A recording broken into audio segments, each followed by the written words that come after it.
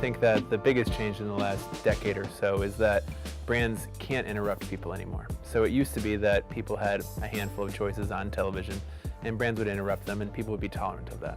Now with fast forwarding, with changing channels, with going to the kitchen or going to the bathroom, you can't interrupt people anymore. You have to contribute to their experience. And so we see that as a huge driver in the growth of social media and content, growth of mobile and content, and also a better use of television and movies.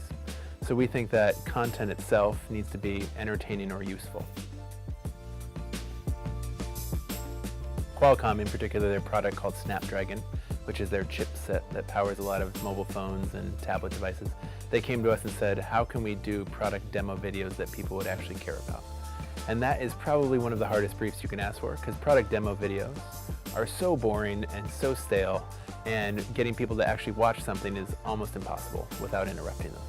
So we proposed to them to flip that idea on its head. So the thought was, I don't know how many people, when they leave their phone at home or they feel like they've lost their phone, they feel panicked, they feel naked, we've heard, they feel incomplete. So the phone is definitely a part of them.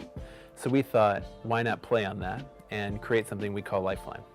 And Lifeline is about what happens when a guy wakes up in Shanghai and realizes his girlfriend is gone and all that's left behind is her phone.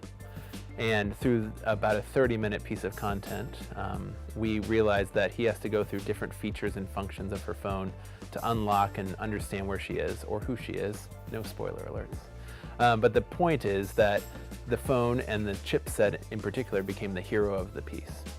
Now, to supplement, that was very watchable, and we definitely included some people and talent like Olivia Munn, who is very famous in the US, or Li Hong Wang, who is very famous in China. Armando Bo was the writer-director. He wrote Birdman, won some Oscars for that.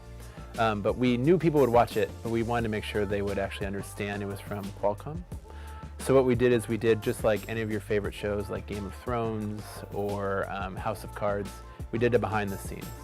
But instead of a behind the scenes like you would normally expect about plot twists and turns, we interviewed Qualcomm executives. So we said why the Qualcomm phone and the chipset was more important to the story than any other.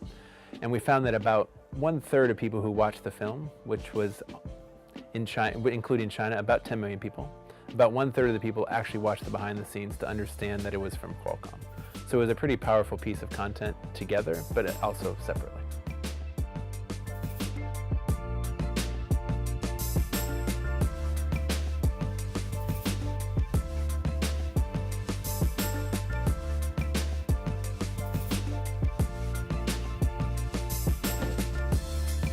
I think that to understand how Lifeline was successful, or if it was successful, we didn't want to just rely on the typical Hollywood or typical brand advertising metrics. We had over 100 million views of all of the content put together, which is an amazing stat. It performed really well in China, really well in the US, got picked up in Brazil. It's like just a crazy phenomenon in terms of views, but views don't matter for brands if it doesn't drive the business. And so what we looked at was brand awareness lift and brand consideration lift. And so each of those had a 10 percentage point increase.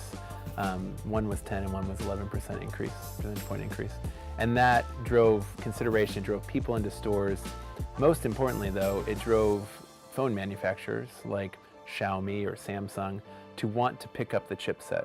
So it was a bit of an esoteric goal, but having phone manufacturers actually want to include the technology in their phone, driven by a thriller, a really, really dark thriller, was actually really surprising to us, but really rewarding.